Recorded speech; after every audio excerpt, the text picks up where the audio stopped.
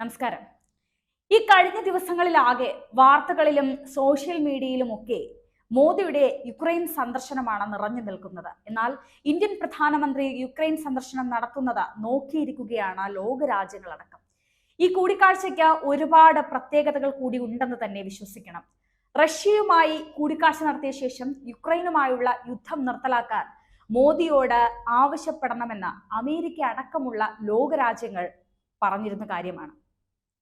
മോദി വിചാരിച്ചാൽ Russia Ukraine യുദ്ധം നിർത്തലാക്കാൻ Russia തയ്യാറാകുമെന്ന ഉറപ്പാണ് ഇതിന് കാരണമായത്. മുൻപെങ്ങുമില്ലാത്ത രാജ്യങ്ങളുമായുള്ള അടുപ്പവും സൗഹൃദവുമാണ് ഇന്ന് ഇന്ത്യൻ പ്രധാനമന്ത്രി നരേന്ദ്രമോദിക്ക് ഉള്ളത്. ഇതിന് ഏറ്റവും വലിയ ഉദാഹരണം തന്നെയാണിത്.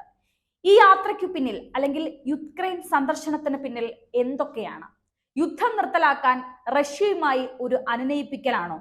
യുദ്ധം നിർത്തലാക്കുന്നതുമായി ബന്ധപ്പെട്ട കാര്യങ്ങൾ ചർച്ച ചെയ്യുമോ എന്നതടക്കം ഒരു ഇടനിലക്കാരന്റെ റോൾ ആയിരിക്കുമോ മോദിക്ക് എന്നതടക്കമുള്ള ചോദ്യങ്ങളാണ് ഇപ്പോൾ പലയിടങ്ങളിൽ നിന്ന് ഉയരുന്നത്. അങ്ങനെയാണെങ്കിൽ ഇന്ത്യയുടെ ചരിത്രത്തിൽ തന്നെ അത് രേഖപ്പെടുത്തേണ്ടി വരും. കീവിലെ ആശുപത്രിയിൽ റഷ്യ ബോംബിട്ടത് നിരപരാധികളായ ഒരുപാട് പിഞ്ചു കുഞ്ഞുങ്ങളെ തന്നെ മരിക്കാൻ ഇടയാക്കി. അവരുടെ ജീവൻ പോയ സംഭവം പ്രധാനമന്ത്രിയെ വലിയ രീതിയിലാണ് ഉലച്ചുകളഞ്ഞത്, സങ്കടത്തിലാക്കിയത്.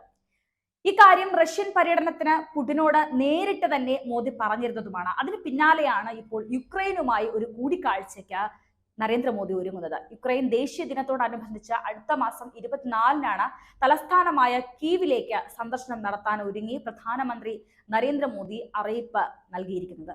2022 ആരംഭിച്ച റഷ്യൻ യുക്രൈൻ യുദ്ധത്തിന് ശേഷം മോദി കീവിലേക്ക് നടത്തുന്ന ആദ്യത്തെ സന്ദർശനം കൂടിയാണിത്. യുക്രൈൻ പ്രസിഡന്റായ വ്ളാഡിമിർ സെലൻസ്കിയുമായി മോദി കൂടിക്കാഴ്ച നടത്തുമെന്നാണ് പറഞ്ഞു വരുന്ന വിവരം.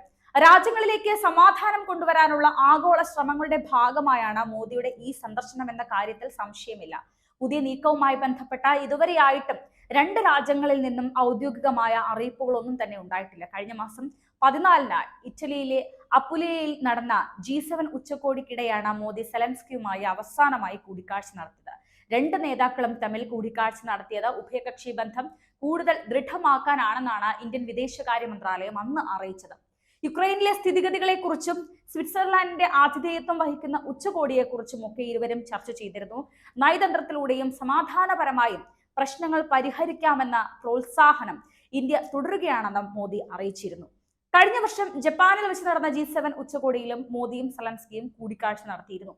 റഷ്യയിലെ 2 ദിവസത്തെ സന്ദർശനത്തിന് ശേഷമാണ് മോദി യുക്രൈൻ സന്ദർശനത്തിന് ഒരുങ്ങുന്നത്. ഈ മാസം 8-നായിരുന്നു ആ സന്ദർശനം നടന്നത്.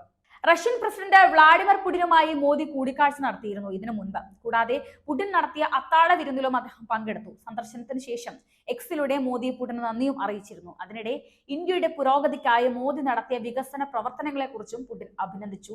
അത് മാത്രമല്ല, പുടിനോട് അന്ന് തന്നെ മോദി യുക്രൈനുമായുള്ള യുദ്ധത്തെക്കുറിച്ചും കീവിലെ ആശുപത്രിയിൽ നടന്ന സ്ഫോടനത്തെക്കുറിച്ചും ഒക്കെ സംസാരിച്ചിരുന്നു. ഈ യുദ്ധം, അതായത് റഷ്യയും യുക്രൈനുമായുള്ള യുദ്ധം നിർത്തലാക്കാൻ മോദി വിചാരിച്ചാൽ സാധിക്കുമെന്ന ആ ഒരു ഘട്ടത്തിലാണ് അമേരിക്ക ഉൾപ്പെടെയുള്ള രാജ്യങ്ങൾ പറയുന്നത്.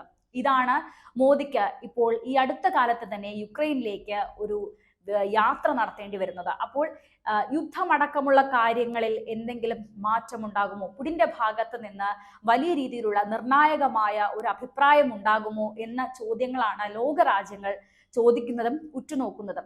ഏതായാലും മോദിയുടെ ഈ യുക്രൈൻ സന്ദർശനം വളരെ പ്രാധാന്യം അർഹിക്കുന്നതാണ്. യുക്രൈനും റഷ്യയുമായുള്ള യുദ്ധം നിർത്തലാക്കാൻ മോദിയുടെ ഒരു വാക്ക് മതി എന്ന ലോകരാജ്യങ്ങൾ പറഞ്ഞതിന് തൊട്ടു പിന്നാലെ മോദി യുക്രൈനിൽ സന്ദർശനം നടത്തുമ്പോൾ ഇത് തന്നെയായിരിക്കും, യുദ്ധം തന്നെയായിരിക്കാം ഈ ചർച്ചയ്ക്ക് പിന്നിൽ എന്ന് നമുക്ക് മനസ്സിലാക്കുകയാണ്. ആ യുദ്ധം നിർത്തലാക്കിയാൽ അത് മോദിയുടെ വലിയ വിജയമായി മാറും, ഇന്ത്യയുടെ തന്നെ വലിയ ചരിത്ര നേട്ടമായി തന്നെ മാറുകയും ചെയ്യും.